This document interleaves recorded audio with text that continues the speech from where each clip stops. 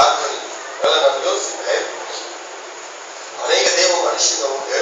நான் உங்களுக்கு பரிச்சயமான ஒரு நபரை நான் சொல்ல விரும்புகிறேன். எனக்கு முத்து பாஸ்டர் கடந்த 10 வருடங்களா தெரியும். 10 வருடங்களாக அவரோட கூட ஐக்கியத்தில் இருக்கிறேன். ஒருவேளை இந்த ஊருக்கு வரும் பொழுது எப்படி வந்தது? ஹெலிகாப்டர் ஸ்ட்ரைட்டா வந்து ராகுல் காந்தி மாதிரி இருந்தாங்க.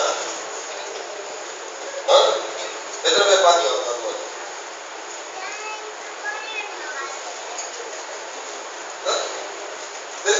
எப்படி வந்தாங்க?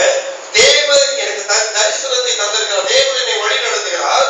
ஆபிரகாம் போனார். தான் போகிற இடம் என்னதென்று அறியாதவன் என்ன செய்தான்?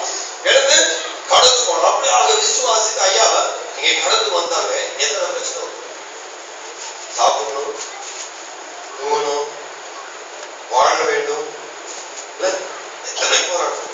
சகோதரர் பக்தர் சிங் ஒரு திருச்சபை ஐக்கியத்தில் இருந்த ஒரு சீக்கிய குடும்பத்தை சார்ந்த மனிதன். இந்தியாவுடைய முதல் அக்ரிகல்ச்சரல் இன்ஜினியர், வேளாண்மை பொறியாளர். அவர் தான் இந்தியாவிலே முதல் அக்ரிகல்ச்சரல் இன்ஜினியர்.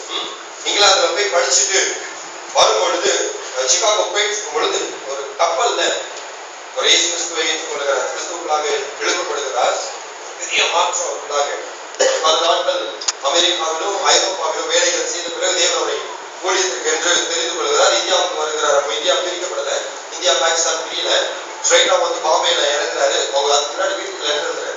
அப்பா, இந்த மாதிரி நான் இயேசு கிறிஸ்துவை சொந்த ரட்சகராக ஏற்றுக்கொண்டிருக்கிறேன். உங்களுடைய நிபந்தனையை நான் மீறி இருக்கிறேன்.